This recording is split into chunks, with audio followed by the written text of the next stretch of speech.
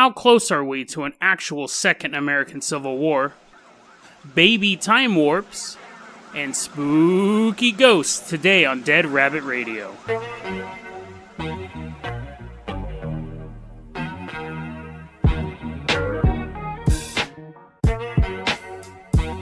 Hey everyone, I'm Jason Carpenter.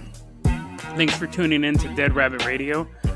It's a kind of warm night. I don't have any fans. I wonder how easy the show is going to be to record in the winter time when it's super cold and I can't run a heater. We'll find out, I guess. I plan on still doing it by then. Hope everyone had a good day today. Yeah, that probably wasn't the best way to start off the show. I'm sure that you guys have heard about that horrible shooting of that newspaper office. So it's come out that apparently the reason why he went in and shot up the newspaper was because they wrote an article on him called Jarrod Wants to Be Your Friend, where he had been accused or convicted of stalking someone on Facebook, a former high school student on Facebook, and he sued the newspaper and lost the case. He sued the newspaper and the girl he was stalking and the judge who was over the stalking case, and he lost that case, and he just thought he was treated so unfairly. And then that was probably, I think, in 2014 or something like that. And then today he walked into the newspaper office and shot 5 people. Here's the thing. There's a lot of stuff that's going to happen to people in life that's going to make you think that you only have one way to deal with it. This guy, all of us have gotten really angry and thought about doing stupid stuff in our life. And 99% of the time we don't do it. And guess what? Life goes on. The things that you think were so important, they're not important anymore. You can look back 2 years, 5 years, 10 years. The farther back you look, the more you're like, man, that really wasn't as important as I thought it was. And I almost went to jail or got horribly injured or horribly hurt somebody else over that. And I'm glad that I didn't. And this guy's going to be facing this decision for the rest of his life. Yes, 5 people are dead, and all of the people there who had to witness that, and all the family members, and this gentleman's family has to deal with it. But most importantly, he's going to remember, for the rest of his life, he's going to be thinking, oh man, I can't believe I made that decision. And he could not have made that decision.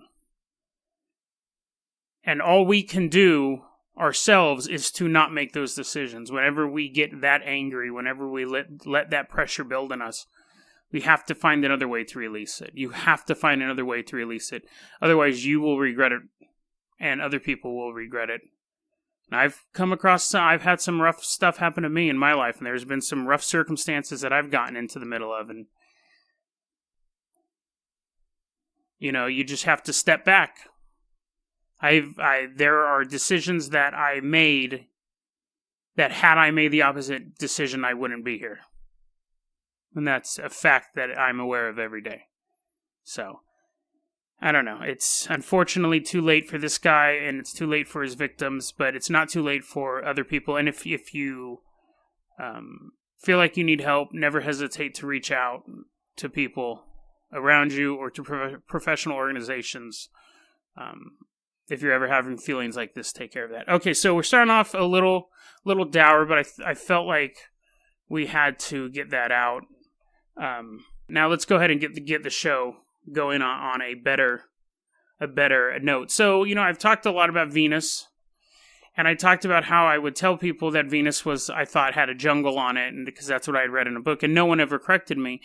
And I remember mentioning that at one time to my dad, and he never corrected me. He did correct me on the whale thing when I asked him if whales lived to be 500 years old, and he's like, no, where did you read that at?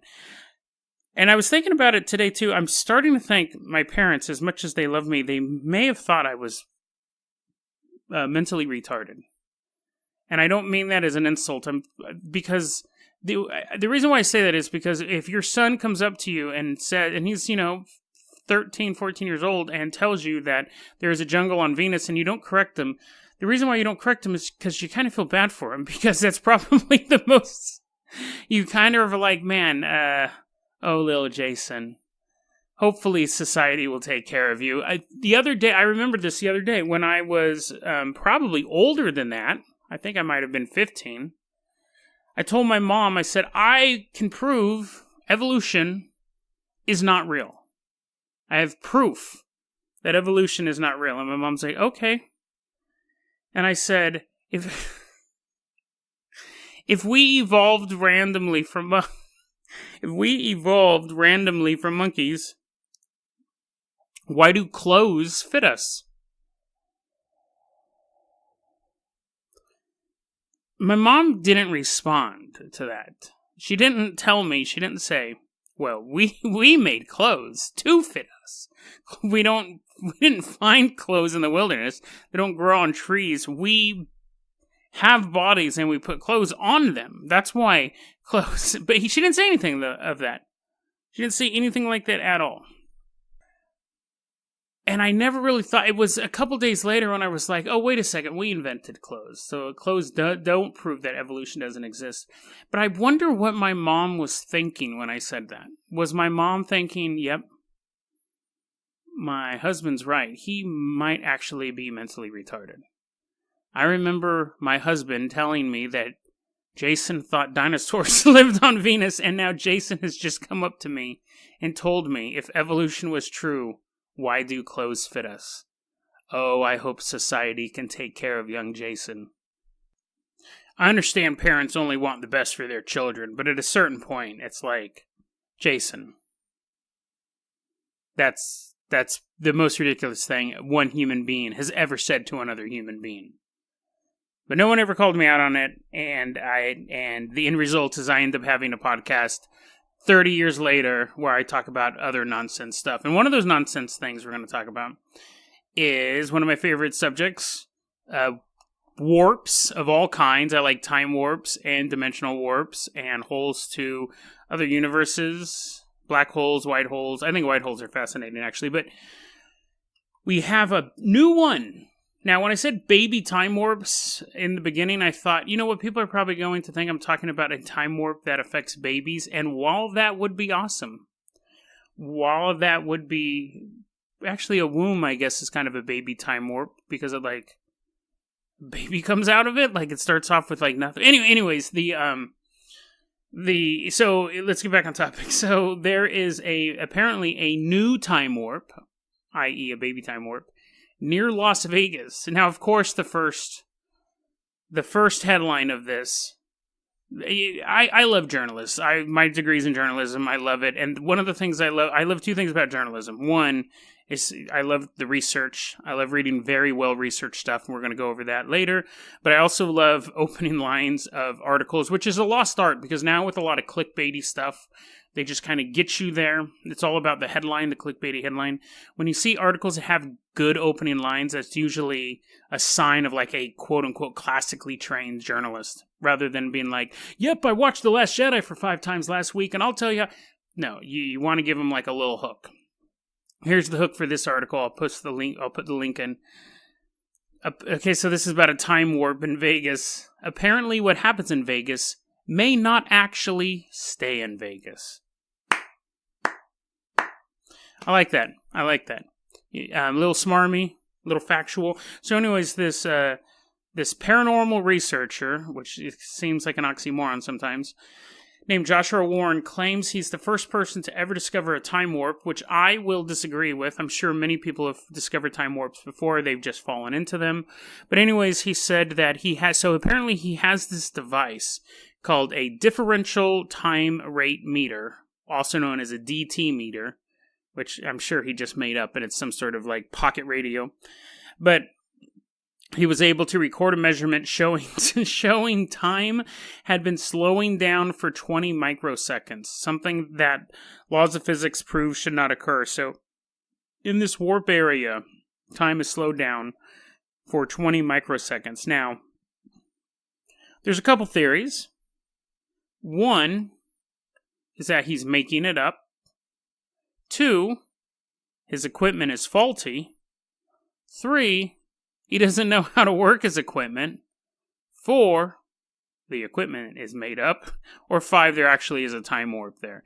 Now, you can obviously pick whatever one of those 5 suits you better. My thing is like, let's say there is a time warp there, and the only thing it does is it slows down time 20 microseconds, and it can be verifiably tested. I would say something like that. I think something like that probably scientifically could happen. We'll get out of the paranormal thing right now, and like, it's a time warp to dinosaur land. And a scientist goes out there and they run all this stuff, and they're like, yeah, gravity works different here. Like, not works different, but the time is so based on pull of gravity that you could say, yeah, there's like a huge iron deposit under here or whatever. So yeah, it slows down 20 microseconds as opposed to anyone else, and everyone packs up all their stuff. So there's always a thing, like, you can have something that's like a quote-unquote time warp because technically time is being warped. But that's not what we're talking about. When we talk about time warps, we're talking about you, like, cavemen are crawling out of it and, like, you're fighting, robots from the future. A time differential of 20 microseconds, leave that to the nerds in the lab.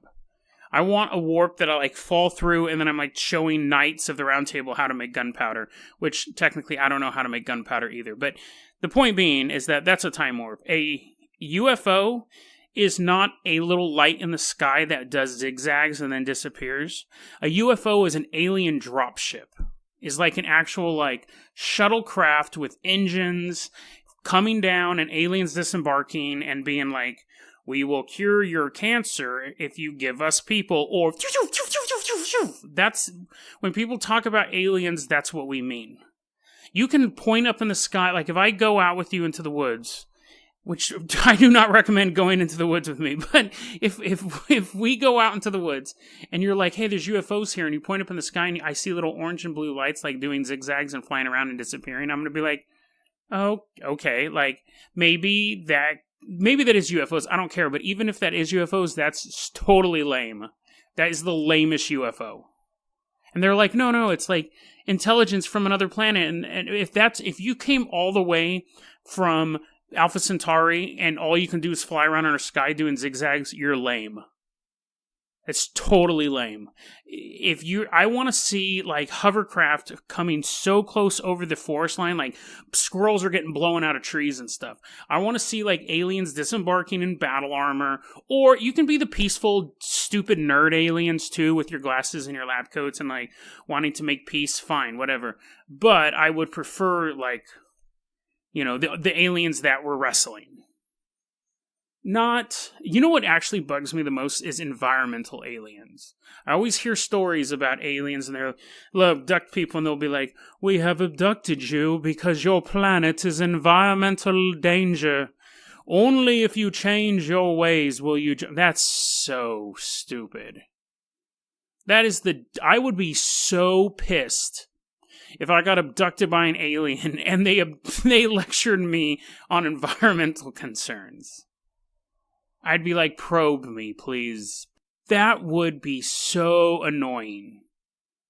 Give me the aliens who are like the Spock aliens, the Vulcans who are like, they want to be peaceful, but maybe they're a little bit badass on the side, but they're like, hey, we want you to join this galactic union and we're relatively peaceful. I'll take those guys. Or give me the, like, Rock'em Sock'em aliens. If I get abducted by a hippie alien, I'm going to be pissed. So, yeah, that's the thing. We talk about aliens, we talk about UFOs, we want aliens. We talk about time warps. Show me, like, a portal. Don't show me, like, a gravity sink. Anyways, let's go ahead and move on to the next topic. I think I'm going to do the Civil War one real quick. So, because a lot of people are concerned about it. You even did an episode on it. So, a lot of people are concerned about the Second American Civil War, and people, like 31% of Americans think it'll happen in the next 5 years. I'm going to cover this real briefly because it's actually kind of no nonsense. Here's the thing about the next American Civil War. Whoever starts it loses. That's the key. Because we have the government, and you have the people, and the average person in any country, America, Syria, China, wherever, they want to keep their kids healthy, they want to have a job, they want to drive around in their car, they want to enjoy their weekends, they want things to be relatively stable. So whoever pops off first loses. That's just the way it's going to be. You can say the government is more right-leaning, but if a bunch of right-winger militias start blowing stuff up, the government's not going to take that threat and go, it's whatever. They will shut that down so quickly, and the people who just want to go about their lives and raise their kids will also be like, shut it down because it's affecting my life. Here's the thing, though. If we have the left wing, it's mostly in the coastal cities and the big cities. And, of course, we're pretty evenly mixed when we look at voting patterns. If they pop off, the Civil War lasts a year max because the government will just choke out the cities and stop their supplies from coming in. If the right wing flips out and it's the middle of a nation, it's going to be a far more long, drawn-out war just because of the landmass, and it's going to be hard. But, again, there's not like they're going to have supply line issues and things like that. They have no navy, so it's actually to be fairly well balanced. The first American Civil War, the only American Civil War, was everyone had coastline and everyone had inland, and they both had supplies and they both had foreign allies and stuff like that. My point is I guess really I'm saying also don't be too concerned about it, because everyone sees themselves as the heroes of this new revolution or this new civil war, and they always fail. That these people jump up and they're like, we're going to take this great action and we're going to inspire others to take action. So we're going to kill a bunch of cops, or we're going to go, blow open a bunch of abortion clinics, or we're going to do this stuff, and it's going to organize people, and people just want to live their lives. It takes a lot to push the average person to actually back a civil war. We're not there yet. All of this bleeding on Twitter and all of these talking heads on the news and all these tweets, and I already said that with Twitter, but you know what I mean? It's echo chamber stuff. People are freaking out. We're not there yet. So don't be too concerned about it. I mean, obviously you should always be prepared with supplies and things like that in case something goes wrong, and I honestly probably wouldn't want to live in a big city, but I think we'll be fine. So, I just want to cover that real quickly. A lot of people are scared about it, and I'm necessarily not. Although, where I'm at would kind of suck, because we'd probably get steamrolled as they're on their way to Portland if they were attacking the cities. But, so, I want to talk about ghosts, and that's one of the topics that I haven't really talked about much. Now, ghosts is kind of an overwhelming topic. There's so many types of ghosts, stuff like that. Now, I have a book. It's one of my favorite books of all time. I've actually bought multiple copies of it. It's a book that I not only got signed by the author, I interviewed him when I was a journalist. I have bought copies for other people. I've given out my copies to people, and this book is called The National Directory of Haunted Places. I'm going to put the link below. It is the best book for ghost aficionados. And what it is nearly every place in the United States with not only a description of the haunting, but address and contact information if you want to visit there. It's amazing. It's an encyclopedia of ghosts, basically. Dennis William Hauck, Hauck, great, nice guy, great author. It's a great book. It's a great compendium. We talked a lot about ghosts and the paranormal when I interviewed him, and I'll save that information for later. But anyway, so I've been going through his book, and I found a story I wanted to talk about. And it's in Illinois, and it's Hickory Hill. It's this old house. So Illinois was not a slave state. And this guy bought this house. I don't remember his name. Let's see if I can see it real quick. Anyways, it doesn't matter. Yeah, it is. Yeah, it does. It matters because I saw it now. John Crenshaw bought this, had this house, right? It's Hickory Hill. And it was a 3-story house. So the first story was like the den area, like the living room and all this stuff. The second story was where his wife and his kids like slept. And in the third story, he kept slaves. And he kept slaves because he owned like a salt mining operation, because salt was super valuable back then. And he would capture free blacks and sell them into slavery. So like black people would just be walking around, because Illinois was not a slave state, and he would capture them and send them south. He would also hire night riders, which, as awesome as a name that is, it actually is not that awesome, because they were like people who caught runaway slaves. And that he had night riders working for him. Damn, that name sounds awesome, but he had night riders working for him, and they would kidnap black people and take runaway slaves, and then he would keep them up here, up in his slave house, and then he would ship them back south when he sold them. He bred slaves up there. He's a horrible guy all around. Anyways, so he died eventually, because everybody dies, and then they ended up, other people bought the house, and it was it became this famous, and he got discovered for, like, kicking the shit out of somebody, beating up a slave woman. And then they were like, wait a second. Oh, wait, you know what? Okay, so I skipped a couple things. So anyways, he was super successful. He was so rich at one point, he paid like 1/7 of the taxes for the state of Illinois. Like, that's how much money he had. He just had a ton of money. And then one day he got arrested for, like, beating up oh, yeah, here it goes. He was indicted for kidnapping a free black woman and her children. And again, like, this guy was super wealthy. So imagine if, like, all of a sudden Bill Gates found out was running, like, a Filipino, slavery ring. And so he got indicted for that, but he wasn't put in jail, but he started losing civil court actions, or he started getting a lot of civil court actions against him. More salt deposits were uncovered, so he was losing business. And then finally a slave went nuts and chopped his leg off. And so after that, he's like, no more slaves. Like, that was his wake-up call. He's like, dude, these guys are nuts. So anyways, he dies eventually. They sell the house to these other people.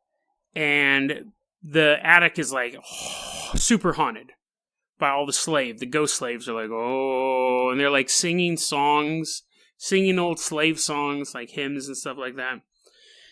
And so what was weird about this was there was this like, amateur exorcist said, I'm going to spend the night in the attic and I will get rid of the ghosts. He ended up running out of the attic halfway through the night and died a couple hours later. So then the legend started that no one can stay in the house until midnight, or stay in the house all night. No one can stay on the third floor all night. So then people just started doing that over and over and over again, trying to do it, and nobody could do it. And then eventually a fire broke out in the house, and the owners were like, okay, no more tricks, no more, like, people spending the night. And then finally in 1978, a journalist was like, I want to try to spend the night in the mansion. And the homeowners were like, oh, okay. And he did. He stayed the whole night, and he said it was really creepy up there. Like, I heard a bunch of stuff, and I couldn't understand it. And he said he recorded some voices, but of course, that was back in the 70s, so, any recording's gone now. So that's the story of the Hill House of, is that what it's called? Hickory Hill. That's the story of Hickory Hill. And so the house is still standing to this day. Now, what's weird is that it has 24-hour security around it. You can't get in it anymore. No one's using it. They're talking about the state buying it because it is a local piece of history, because it's the only place where slavery was in Illinois. But here's my thing. I got a couple things to say about it. First off, I'm going to link you to this article. Very, very, when I was talking about investigative journalism, this article is super well researched. I just had a great time reading it. It really goes into the history of Illinois and the history of this Crenshaw guy and everything like that. So it's just a fascinating read. I love well-researched stuff. Secondly, I can understand you wanting to have security around your estate because it's a old house and stuff like that. But I think the only reason why you would have 24-hour security around a house like that, what is if it really was haunted? Like, I can understand you having security around a house at night because you're afraid someone's going to break into it. But why would you pay for 24-hour security if the house really wasn't haunted and you didn't want, like, people going up there and just, like, getting beat up by ghosts and then suing you? I don't see any other reason. I mean, I guess if you didn't want people vandalizing your house is a pretty good reason. But you know what I mean? Like, I would be more concerned that people would break in and then you would never find them again. And then, like, the mom sues you and you're like, well, maybe the ghost got him? I don't know. I mean, does that make any sense? I guess that's probably a common question you ask while you're listening to the show, if that makes any sense. But 24-hour surveillance just seems pretty extreme for just a house in the middle of nowhere. Although, I don't know if it's actually in the middle of nowhere. I'm just assuming that. But, yeah, I think it probably is haunted. What would suck if you were a ghost is that you were a ghost trapped in a slave house. Like, that's the one thing I don't get about ghosts, is like, why, if you're a ghost, why would you hang out, like, in the most miserable place ever? I would hang out in a movie theater. Like, if I was a ghost and I could float around, because obviously you can't, or you're at least invisible, you could, like, sneak out the door and then just go to a movie theater, or I would probably, like, hang out. If I was a ghost, actually, I'd go underwater. I'd go, like, walk around the bottom of the ocean and see what's down there. But, you know, I don't buy the whole thing that, oh, no, like, that's where a lot of tragedy happens, so that's where your ghost is stuck. Because, you know, spoiler alert, a lot of tragedies happen everywhere on the planet. Technically, Hiroshima and Nagasaki, shouldn't that be full of ghosts? Shouldn't there be, like, 100,000 ghosts? Like, you're trying to take your, like, do your laundry, and the ghost is like, don't mind me. I've only been here for 50 years. Like, there should be ghosts everywhere in those cities. There should be ghosts everywhere in every city. The reason why they're not is either because ghosts don't exist, or ghosts are all at the bottom of the ocean or in movie theaters. Okay, so I think that's going to wrap it up for this episode. We are going to be back tomorrow, as we are wont to do, with another great episode. I think we're going to talk about, there was a particular thing. Oh, yeah. I have some good stories for you tomorrow. I like today's stories, though. I got my ghost story in, and we got the baby time warp. The Civil War thing we kind of glossed over, but, you know, again, it's not something I'm too worried about myself. I've lived through Mayan ending Mayan calendars, and Nostradamus, the rise of the Antichrist, and Y2K, and the African rainforest being destroyed, and Mad Max in the United States, and nuclear Armageddon during the 80s. I've lived through so many horrible catastrophes that the media told me was going to happen tomorrow. And I'm still here, and you're still here. And everyone can be talking and beating the war drums, but remember, fear sells. Fear sells, and that's really what they're trying to get you to do. I know this show can be a little spooky. It'll be a little spooky. I know you're afraid to go to Vegas now because you might be 20 microseconds behind the rest of the world. But just remember, you know, they're just doing that. In a week, 2 weeks from now, they'll be on to another story. They'll be talking about some other great catastrophe that's about to befall all of us or the world or stuff like that. And just don't let it get you down. Always, you know, always keep your head up, and if you ever do start to get too angry or too depressed, remember, there's always people you can reach out to. So I want to go ahead and end on that note. You can always reach out to me. Email is deadrabbitradio@gmail.com. Website is deadrabbit.com, and you can hit me up on Twitter at Jason O. Carpenter. I'm on there. I don't check Twitter that much, but I definitely check the email every day. And again, I thank you guys for listening to the podcast. We are going to pump out another 85 of these at the least. That's the goal. I don't see any reason why we can't hit that goal. And then we'll go from there. So I am out. Still don't have a slogan, but we'll see you tomorrow.